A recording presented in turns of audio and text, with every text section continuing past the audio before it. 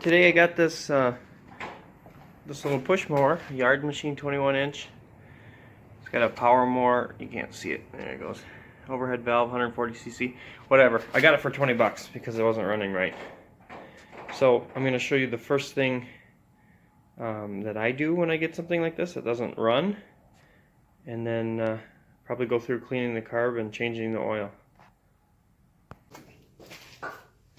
Okay, so the very first thing, prime it a few times.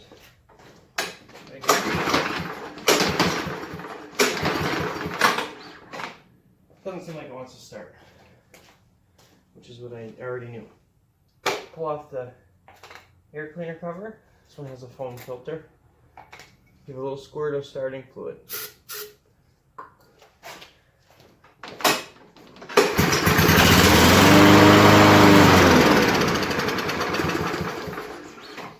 Perfect. So that tells me that it has compression, it has spark, it's not getting fuel. You see how it started right away with the starting fluid, ran and then died out as soon as it ran out of starting fluid. That's telling me the carburetor is clogged up. So what I'm going to do first is just get some long nose vice grips and pinch off the fuel line, so there's no shut off on here. Looks like we got a couple 10mm nuts.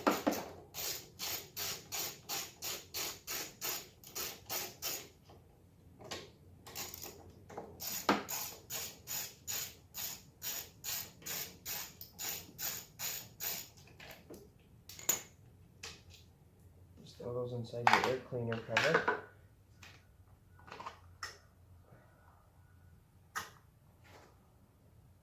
Okay. There's a small little line here for the primer. Always try to twist them. You can hear it crack. As soon as it cracks loose, you should be able to work it back and forth while pulling off. Sometimes they're pretty stubborn. There it goes. Nope, this gasket just fell off. Pay attention to where that went. It only goes one way. See, you absolutely have to have these holes uncovered or you'll have issues. Just be careful with these gaskets.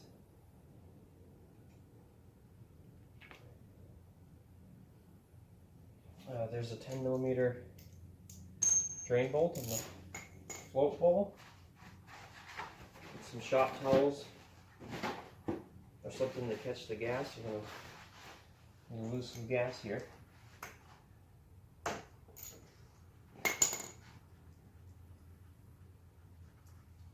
let that drain out. It's not much, but get it out of the way now.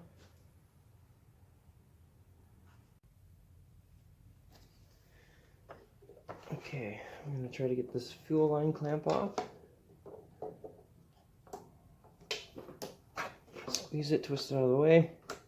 Same thing with the fuel line, is you want to grab a hold of it and twist it first. Feel it work itself loose. And sometimes you might not be able to get it off now. We might be able to get the carb pulled out of the way first. Be careful of this gasket. Keep that nice and straight. Okay. So here's your throttle linkage. You want to turn that. Get this to pop up. Set that out of the way. Same with this little spring. And I'm going to wrestle this fuel line. Here it comes. And there's the carb off. Okay, the carb's off. I have it on a clean piece of cardboard here. This was the bolt we took out for the drain in the bowl. This is the bolt that holds the bowl on. 10mm again. Crack it. Take it off. We're going to leak some gas. So there's a gasket. Make sure it's in good shape. Should be, this thing's almost new, this machine. These newer machines seem to see inside the float bowls actually really clean. so that's good. Looks like this gasket's kind of peeling away. Hopefully we'll be able to save it. And here's your float. Pull out the pin, set it aside, lift up the whole assembly with the needle. Make sure the needle's nice and clean. This one actually looks really good.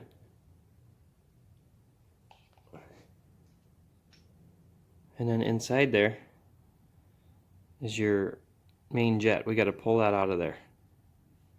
I'm going to get this gasket out of the way first before I wreck it. Hopefully we can reuse it.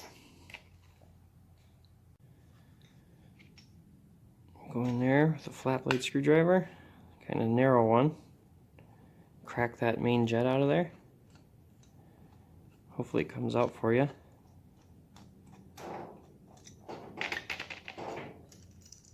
Not all the way out yet.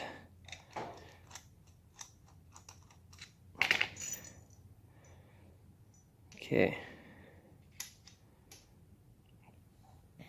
So, see your main jet. You should be able to see through it. Looks a little clogged, and then you have all these little holes. They all need to be clear. I have one of these carburetor cleaning kits. They're like super cheap on Amazon, or you can use small wire or anything. But just go through every single hole with the small wire, because anything in any of those holes can cause problems.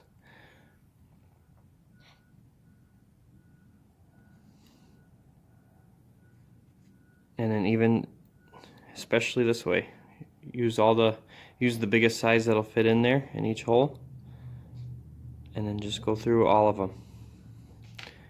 Same with the main jet too. When I go through, you want to make sure that that's all clear.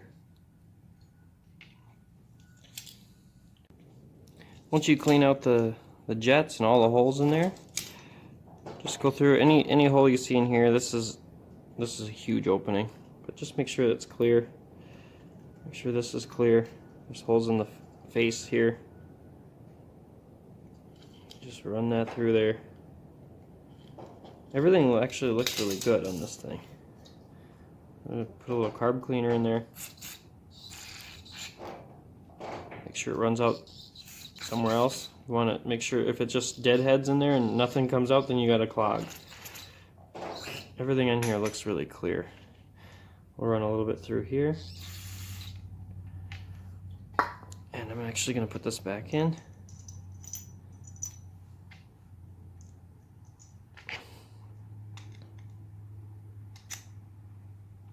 Careful not to cross thread this. Just gently put that jet back in.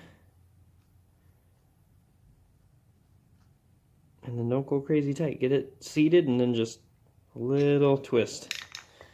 And we'll spray this down too.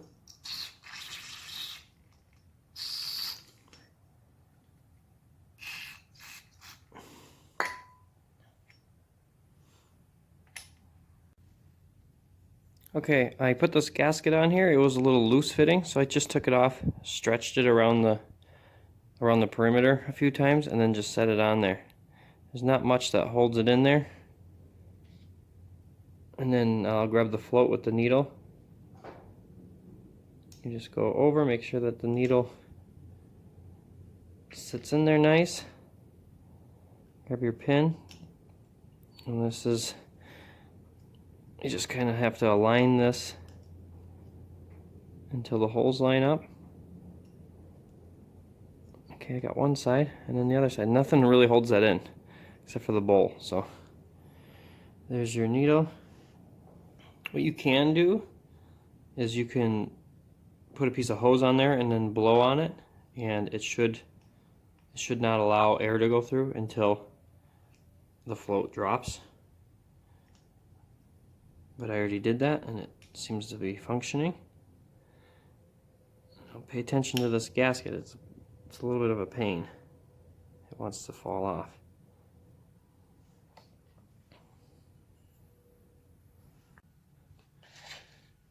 Put your bowl back on. Make sure that that gasket stays in place.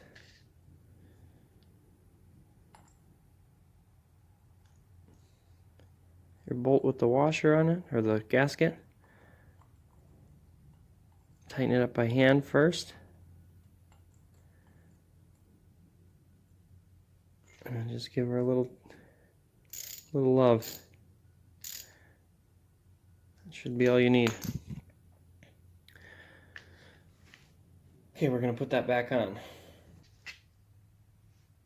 At the carb, I like to hook up those little linkages first. Hook on that thin wire with the spring. And here's your throttle linkage. Make sure you push it down. And then once this turns, sorry, that way, there you go. That holds it in place. Get this lined up on these studs. And just rock it gently. Get it seated on there. This is your primer line. There's a crank breather line too on this. You got to make sure that you hook up here. It's right behind the linkage rod. I put this gasket on.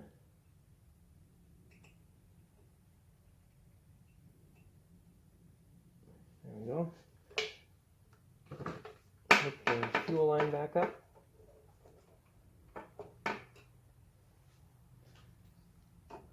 And clamp it.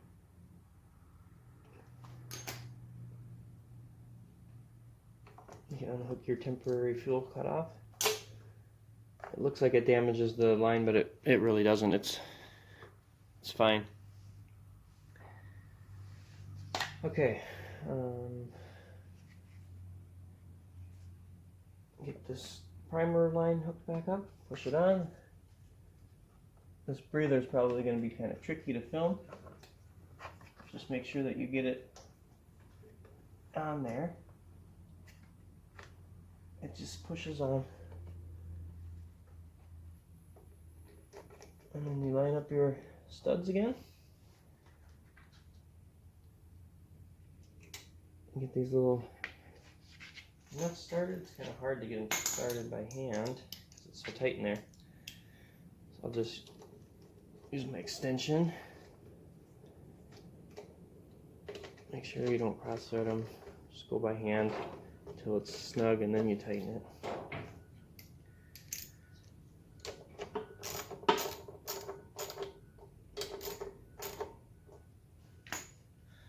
Okay, we're going to try to fire it up. Prime it 3 times, just like it wants you to. This thing over there.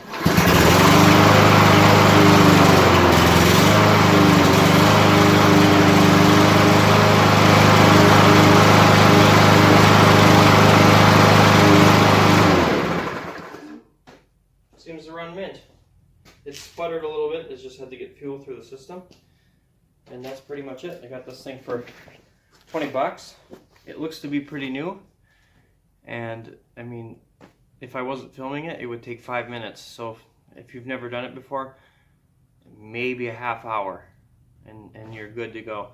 I do recommend draining out the fuel. You don't know what they put in there. I always run premium. Try to get premium without ethanol, because ethanol is murder on these small engines. So hopefully this helps somebody out. Have a nice day.